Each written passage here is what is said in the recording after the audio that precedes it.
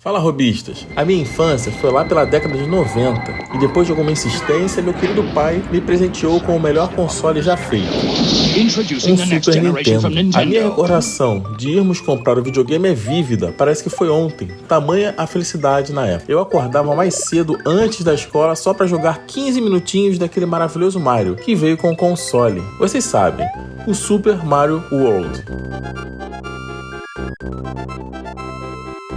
Como eu falei, pra mim o Super Nintendo é o melhor console de todos os tempos. Poderia fazer um vídeo só disso, mas no resumo do resumo, os gráficos eram absurdos na época e envelheceram maravilhosamente bem. Quantidade de jogos que nem que você fosse um chinês maluco, você conseguiria jogar e zerar tudo. Franquias de enorme sucesso foram criadas ou se solidificaram, etc, etc, etc. Na época, eu ficava vendo aqueles pixels mágicos na tela e imaginando, como que isso é possível? Bem, ainda é um projeto meu que espero trazer aqui no canal, fazer um jogo pro Super Nintendo. Lógico que não vai ser um Star Fox ou um Mega Man X, mas algo trivial já vai me agradar. E para chegar nesse objetivo, eu devo começar de algum lugar. E como fazemos aqui nesse nosso pequenino e ajeitado canal, eu tenho que entender o que eu estou fazendo. Assim, começa a deliciosa aventura de entender uma arquitetura e programar para ela. Lá na frente, quando fizer meu jogo, explico em detalhes as coisas. Aqui, a única coisa que precisamos saber é que para escrever jogos para o Super Nintendo é utilizado Assembly. Isso, essa era a época dos programadores raiz.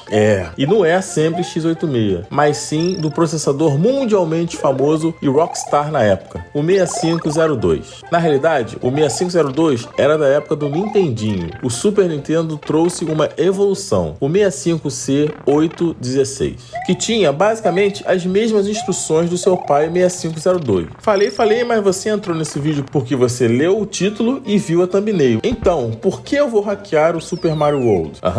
Porque o Super Mario World tem uma comunidade imensa de ROM hacking, extremamente organizada. Então, conseguimos muita informação do jogo que nos ajuda também a entender o Super Nintendo. Além de que, hackear as coisas é legal. Então, vamos deixar o Mario imortal.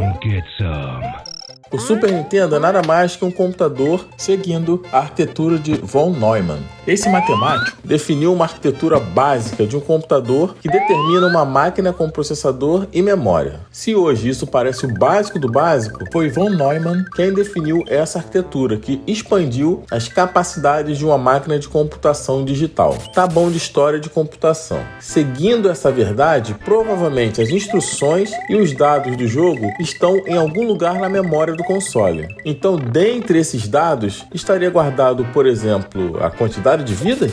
Apresento-vos a memória do Super Nintendo, vista através de um emulador. Alguns emuladores têm ferramentas de debugging muito legais. Esse aqui é um exemplo delas. Aqui, nessa vastidão de bits, em algum lugar, provavelmente está a informação da quantidade de vidas do Mario. Se a gente puder achar essa posição de memória e mudá-la, vamos alterar as vidas que o jogo marca que temos. Essa musiquinha desperta uma nostalgia, mas são inúmeras posições de memória. Poderíamos então encontrar essa informação buscando um valor inicial, por exemplo 5, que é a quantidade de vidas que o Mario começa, e depois de morrermos, procurarmos por um valor 4. Esse é um caminho bem sensato e de fato é uma das técnicas, mas no nosso caso aqui não vai nem ser necessário isso. Como eu falei, a comunidade de ROM hacking do Super Mario é sensacional e eles já fizeram um mapeamento de toda a memória do jogo pra gente. Então lá no fórum deles, eles dizem que a posição de memória 7E0DBE é onde a quantidade de vidas do Mario fica guardada. Vamos iniciar o nosso jogo e mudar para vocês verem se é isso mesmo.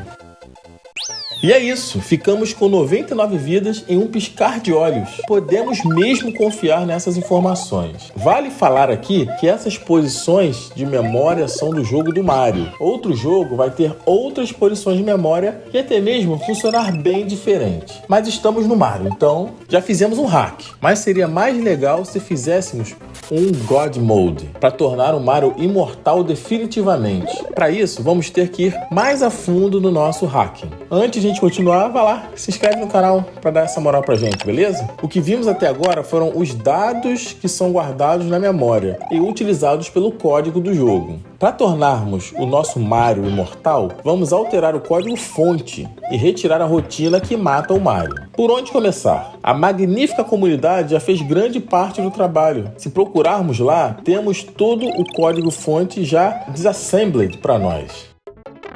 A rotina que trata quando o Mario sofre dano e quando ele deve morrer é essa aqui. Especificamente nesse pedaço de código, o Mario morre. O que eu quero fazer é, se o Mario tomar dano, em vez de ele morrer, ele vai voltar com a peninha. Então, essas instruções aqui têm que ser substituídas pelas instruções que vão fazer o Mario ficar com o power-up da peninha. Como que a gente faz isso? Nos nossos vídeos aqui no canal, sempre falamos que quando aplicamos patches nas instruções de um programa, devemos ter o cuidado das instruções inseridas terem a mesma quantidade de bytes das instruções que serão suprimidas. Se isso não for feito, a gente quebra o programa. Então temos duas opções: tentar fazer nossas alterações caberem nesses 4 bytes ou utilizarmos a técnica de hijacking de código. Nessa técnica, também chamada por vezes de Code Cave, a gente encontra uma região de memória que não está sendo utilizada e colocamos todo o nosso código em assembly. E no local onde queremos substituir as instruções do programa original, a gente coloca simplesmente um salto, um jump para a posição de memória onde está o código que queremos executar. E depois que o nosso código novo executou, devemos retornar para o programa continuar de onde parou. Para isso, utilizamos o return. E é isso que vamos fazer. Mas vamos usar uma ferramenta na comunidade do Mario novamente. O Açar, eu não sei como é que fala. Esse programa é um assembler que automatiza tudo isso que eu falei pra gente. Em outro vídeo, eu vou fazer isso na mão em um programa x86 para vocês verem. Aqui, vamos na praticidade. A ferramenta é simples ao ponto de devermos nos preocupar mais no nosso código. Lá quando eu falar sobre meu, quem sabe, jogo de Super Nintendo, eu falo mais sobre o assembly do processador 6502 ou 65C816. Mas como vamos reescrever parte do código fonte do Super Mario World, vamos ter que arranhar o assembly. Mas isso aqui no canal é bem comum, né? Então nada de novo pra gente. Lá na nossa rotina que mata o Mario, que Mario? Tem esse pedaço aqui. Nós não queremos que essa instrução BEQ kill Mario aconteça. Esse BEQ é um jump condicional. Então vamos substituir essa instrução pelo nosso código novo. O nosso código novo é esse aqui. O código em 00F5D7 vai ser substituído por um jump para o código que está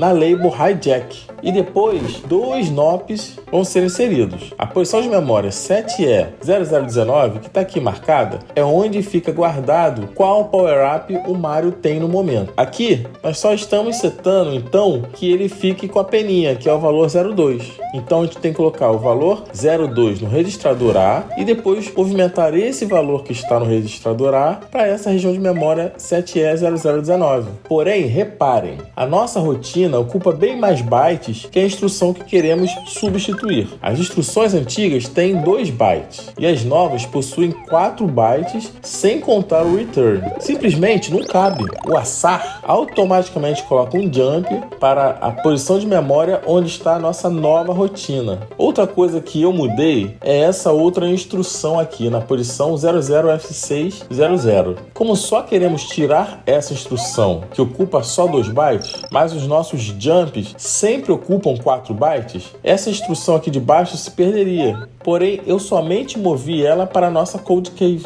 Se colocarmos nossos novos códigos nesse arquivo, seguindo o padrão aqui pedido pelo assembler, rodar ele e indicar os arquivos... It's me, Mario! Imortal! Vamos ver se funciona.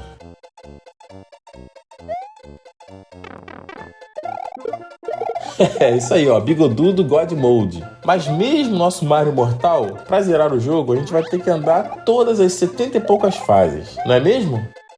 Não é? Já estamos hackeando mesmo, bora logo pular para a fase do Bowser. Nessa posição de memória, a gente coloca o level que é para ser carregado e... tá aí, ó, bora pegar nossa princesa de volta.